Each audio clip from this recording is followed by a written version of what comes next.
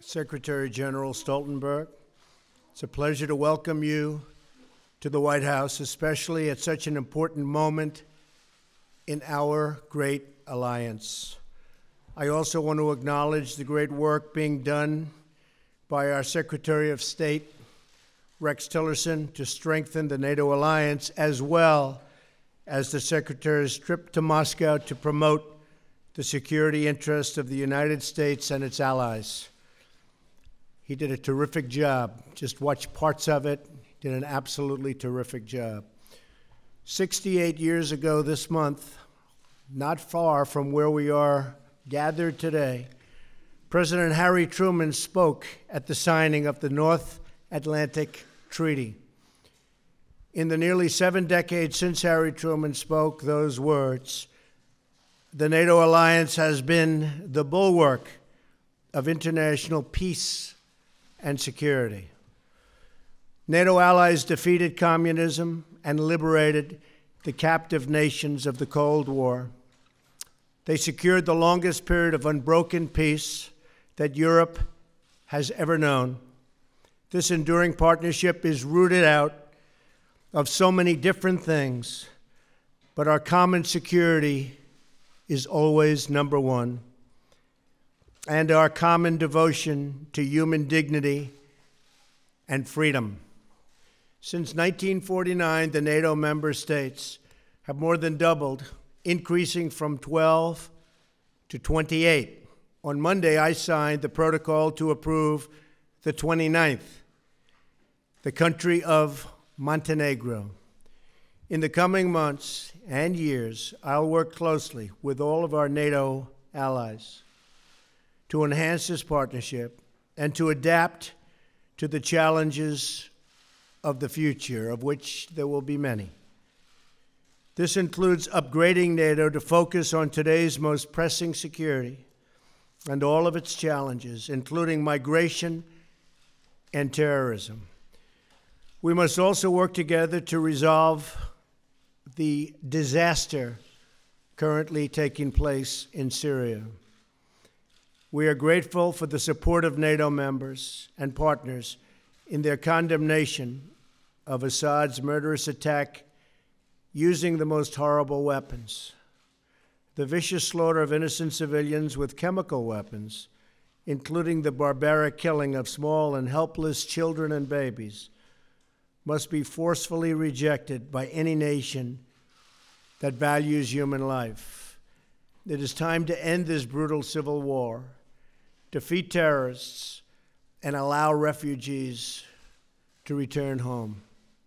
In facing our common challenges, we must also ensure that NATO members meet their financial obligations and pay what they owe. Many have not been doing that. The Secretary General and I agree that other member nations must satisfy their responsibility to contribute 2% of GDP to defense. If other countries pay their fair share instead of relying on the United States to make up the difference, we will all be much more secure, and our partnership will be made that much stronger. The Secretary General and I had a productive discussion about what more NATO can do in the fight against terrorism. I complained about that a long time ago, and they made a change, and now they do fight terrorism. I said it was obsolete. It's no longer obsolete. It's my hope that NATO will take on an increased role in supporting our Iraqi partners in their battle against ISIS. I'm also sending General McMaster to Afghanistan to find out how we can make progress alongside our Afghan partners and NATO allies. Every generation has strived to adopt the NATO alliance to meet the challenges of their times. And on my visit to Brussels this spring, which I look very much forward to, we will work together to do the same. We must not be trapped by the tired thinking that so many have, but apply new solutions to face new circumstances, and that's all throughout the world.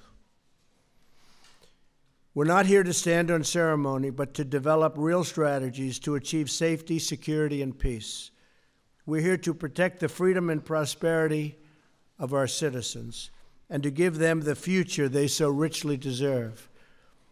Secretary General, I'm honored to have you here today and to reaffirm our commitment to this alliance and to the enduring values that we proudly, and I mean very proudly, share. Thank you very much. Thank you for being here. Thank you. Thank you so much, Mr. President. We just had an excellent and very productive meeting, and it's really an honor to meet you for the first time here in the White House. We agree that NATO is a bedrock of security, both for Europe and for the United States. 2 world wars and a Cold War have taught us all that peace in Europe is not only important for Europeans, but is also important for the prosperity and the security of North America. So a strong NATO is good for Europe, but the strong NATO is also good for the United States. And therefore I welcome the very strong commitment of the United States to the security of Europe. We see this commitment not only in words, but also in deeds. Over the past months, thousands of US troops have been deploying to Europe, a clear demonstration that America stands with allies to protect peace and defend our freedom.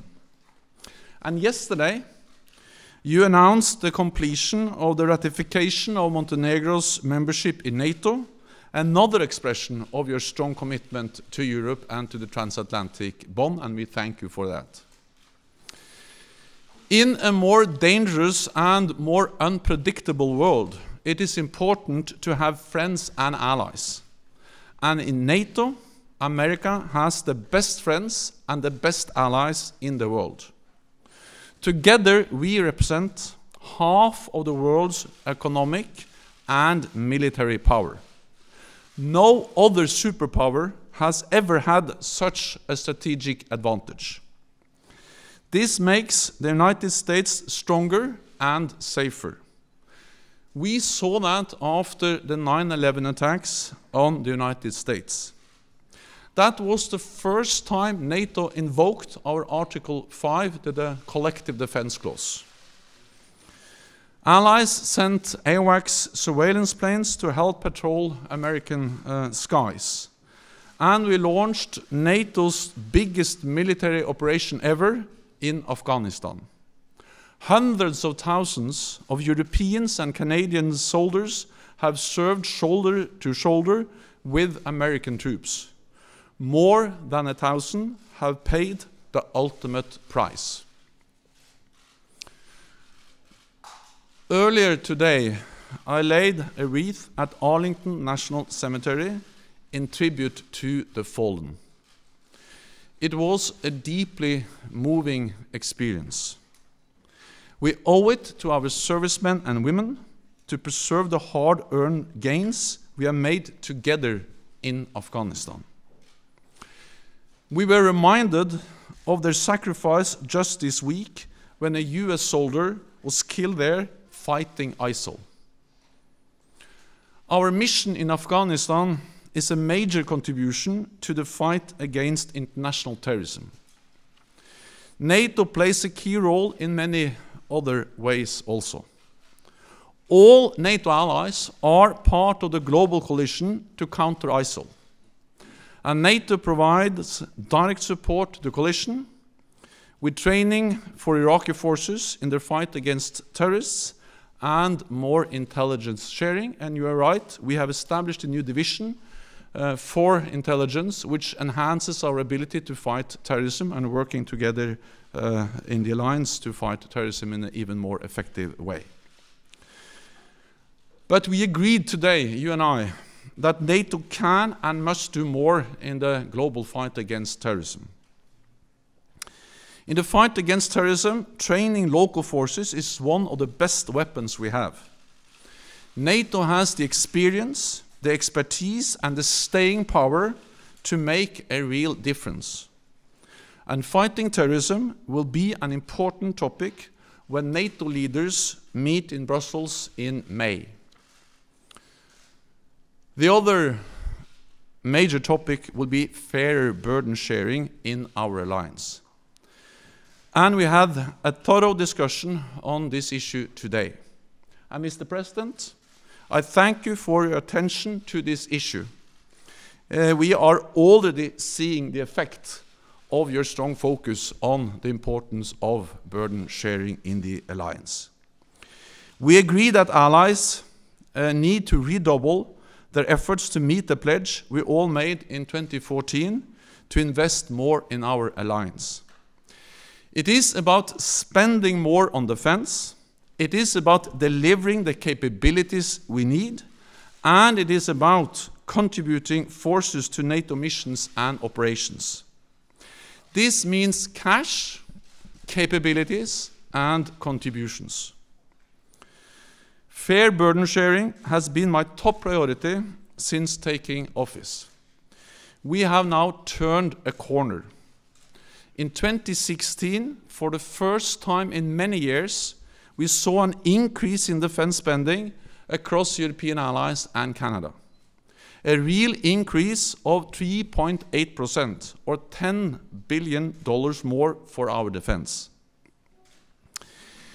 We are now working to keep up the momentum, including by developing national plans outlining how to make good on what we agreed in 2014. We know that we all need to contribute our fair share, because we need to keep our nation safe in a more dangerous world.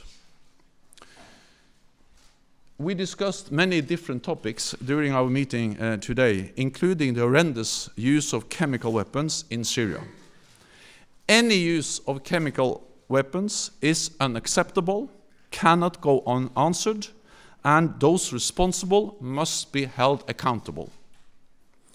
So, Mr. President, thank you once again. I look forward to working with you to keeping the alliance strong, and I look forward to welcoming you to Brussels in May, when heads of state and government in the alliance meet there to address the challenges and the need to continue to adapt the alliance to a more challenging security environment, and to respond both to the need for fair burden sharing and stepping up our efforts to fight international terrorism. So thank you once again. Thank you very much. Great. Thank you. So we'll have a couple of questions. Jeff Mason. Thank you. Thank you, Mr. President. I'd like to ask you about two topics, if I may. First, has your view of Vladimir Putin changed after what's happened in Syria? And what is the United States prepared to do if he continues to support Assad? And on a separate question, have you made a deal after your chat last night with the president of China about China helping to rein in North Korea? And is that one reason you've decided not to label Beijing a currency manipulator? Well, I'll be speaking to, yeah. Do you want to go ahead? Go ahead. May I? For the Secretary General, do you believe NATO should continue to bolster its presence along the alliance's eastern border? And are you confident that you have President Trump and the United States support for that? Thank you. I'll be speaking with Rex Tillerson in a little while, calling in. I think he had a very successful meeting in Russia. We'll see. We'll see the end result, which will be in a long period of time, perhaps. But the end result is what's most important, not just talk. And I think that based on everything I'm hearing, things went pretty well, maybe better than anticipated. It would be wonderful, as we were discussing just a little while ago, if NATO and our country could get along with Russia. Right now, we're not getting along with Russia at all. We may be at an all-time low in terms of relationship with Russia. This is built for a long period of time. But we're going to see what happens. Putin is the leader of Russia. Russia's a strong country. We're a very, very strong country. We're going to see how that all works out. Last night, separately, I spoke with a man that I've gotten to know. I don't know Putin, but I do know this gentleman. I've spent a lot of time with him over the last 2 days, and he is the president of China. You were there, most of you were there, and it was quite an interesting period of time. President Xi wants to do the right thing. We had a very good bonding. I think we had a very good chemistry together. I think he wants to help us with North Korea. We talk trade, we talk a lot of things, and I said the way you're going to make a good trade deal is to help us with North Korea. Otherwise, we're just going to go it alone. That'll be all right, too. But going it alone means going it with lots of other nations. But I was very impressed with President Xi, and I think he means well, and I think he wants to help. We'll see whether or not he does. Do you feel like you have a deal with him? And if I could just, do you feel like you have a deal with him in terms of the currency manipulation designation? And have your views changed on Putin? We're going to see. We're going to see about that. And I'll also see about Putin over a period of time. It'd be a fantastic thing if we got along with Putin and if we got along with Russia. And that could happen, and it may not happen. It may be just the opposite. I can only tell you what I would like to do. I would love to be able to get along with everybody. Right now, the world is a mess. But I think by the time we finish, I think it's going to be a lot better place to live. And I can tell you that, speaking for myself, by the time I'm finished, it's going to be a lot better place to live in, because right now it's nasty. NATO is in the process of implementing the biggest reinforcement of our collective defense since the end of the Cold War. And one element of that is to increase our military presence in the eastern part of the alliance. And we are now deploying 4 battle groups to the 3 Baltic countries and Poland. And there will also be more US forces in that part of Europe. And this is the first time in many, many years that we see an increase in the military presence of the United States in Europe. So we are increasing our presence, and we are also increasing the readiness and the preparedness of our forces so we can quickly reinforce if needed. We consider the presence we will have when the 4 battle groups are in place as sufficient given the current security situation in Europe. But of course we will assess the situation and follow the developments very closely. The message from NATO is that what we do is proportionate, it is defensive, and we don't want a new Cold War, we don't want a new arms race. And actually we strongly believe that there is no contradiction between a strong NATO, a credible deterrence and defense, and political dialogue with Russia. I actually believe that the precondition for a political dialogue with Russia is that we are strong and that we are united. But based on that, we can talk to Russia because Russia is our neighbor, Russia is there to stay. So we have to find ways to manage our relationship with Russia. And I am absolutely certain that the United States supports this approach, partly because the United States is contributing with forces to our enhanced presence in the eastern part of the alliance and also in the southeast of the alliance in Romania. And the United States and the President has clearly expressed that they want dialogue with Russia, but based on unity and strength in the alliance. Then the next question is from John Sopel.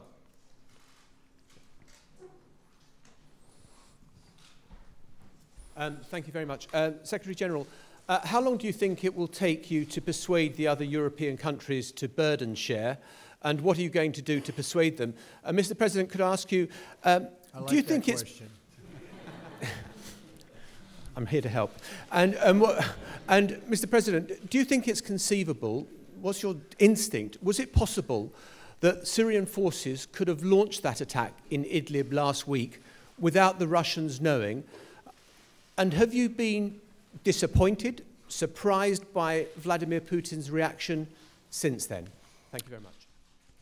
I think it's certainly possible. I think it's probably unlikely. And I know they're doing investigations into that right now. I would like to think that they didn't know, but certainly they could have. They were there. So we'll find out. General Mattis is looking into it with the entire Pentagon group that does that kind of work. So it was very disappointing to see. It's disappointing no matter who does it, but when you get into the gases, especially that form, it's vicious and violent, and everybody in this room saw it all too many times over the last 3 or 4 days. Young children dying, babies dying, fathers holding children in their arms that were dead children. There can't be a worse sight, and it shouldn't be allowed. That's a butcher. That's a butcher. So I felt we had to do something about it. I have absolutely no doubt we did the right thing, and it was very, very successfully done, as you well know. Thank you.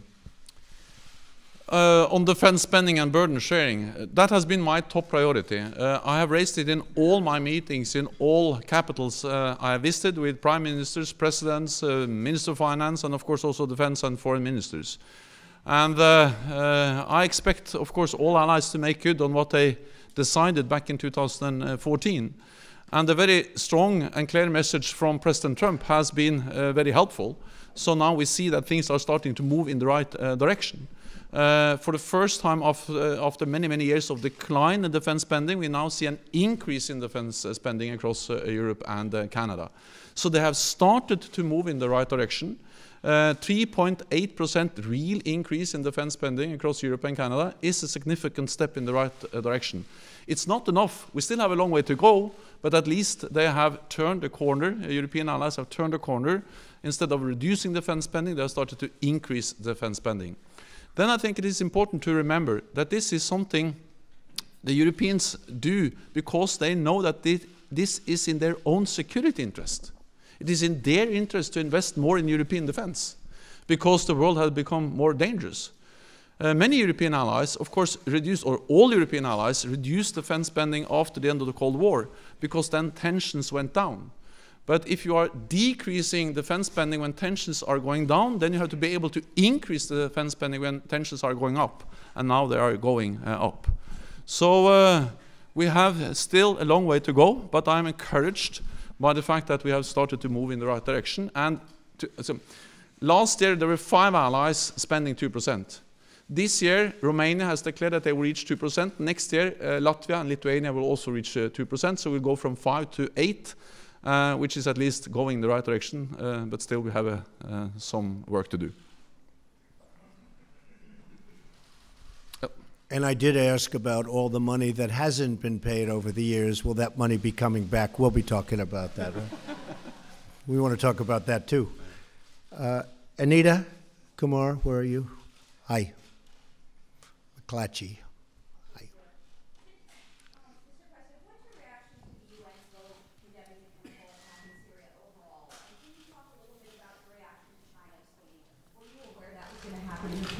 Talk to you about that. I'll give you a heads up. And how does that affect your relationship? We did talk last night. I think it's wonderful that they abstained. As you know, very few people expected that. No, I was not surprised that China did abstain. Very, very few people thought that that was going to happen. So we're honored by the vote. That's the vote that should have taken place. Mr. Secretary General, you talked a little bit about Moscow, about Russia. How do you counter their aggression in general?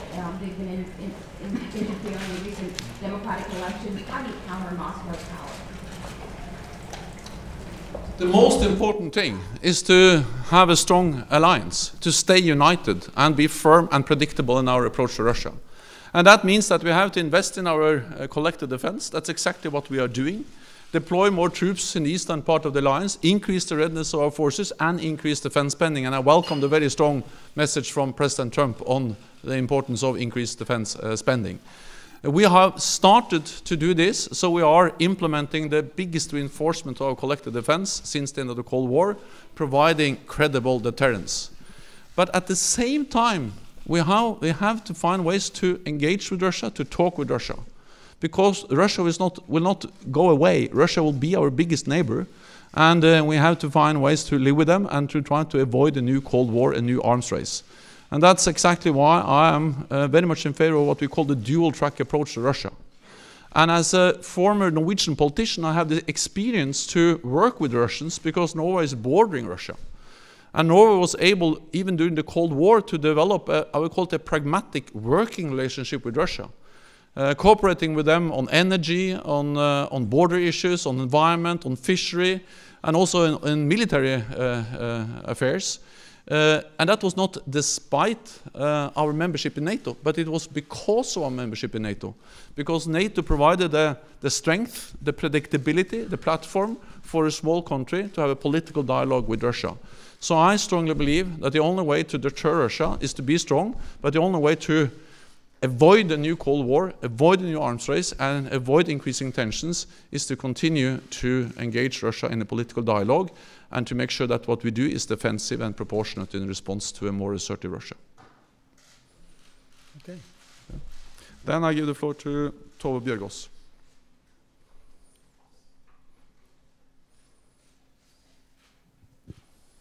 Thank you.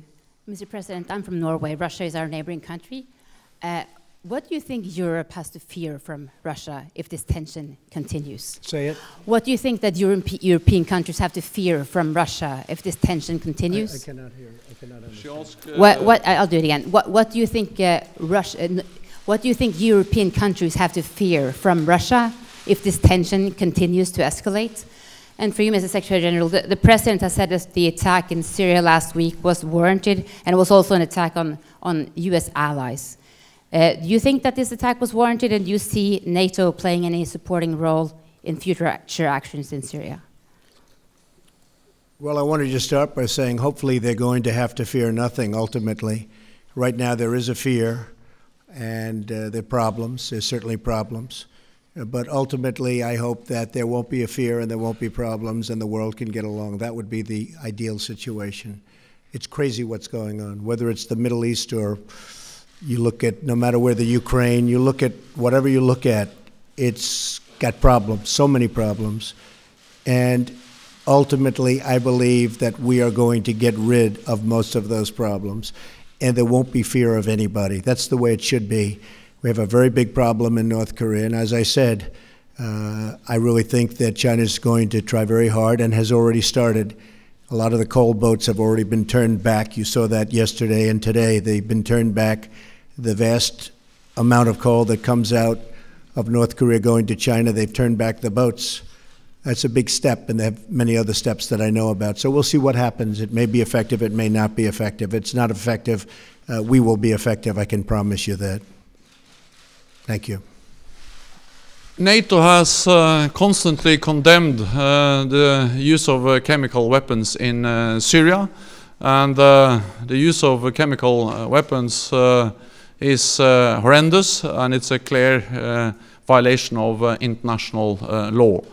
And any use of chemical weapons is unacceptable and cannot go unanswered. So those responsible must be held accountable. The strike against the airbase in Syria was a US operation based on US intelligence, but you have seen that within the alliance this has been something which has been met with a lot of understanding, because NATO allies do not accept that chemical weapons are used. And therefore we also strongly support the efforts of the Fact-Finding Commission to try to find out actually what happened and to make sure that we don't see any use of chemical weapons in the future. Okay. Thank you very much. Thank you.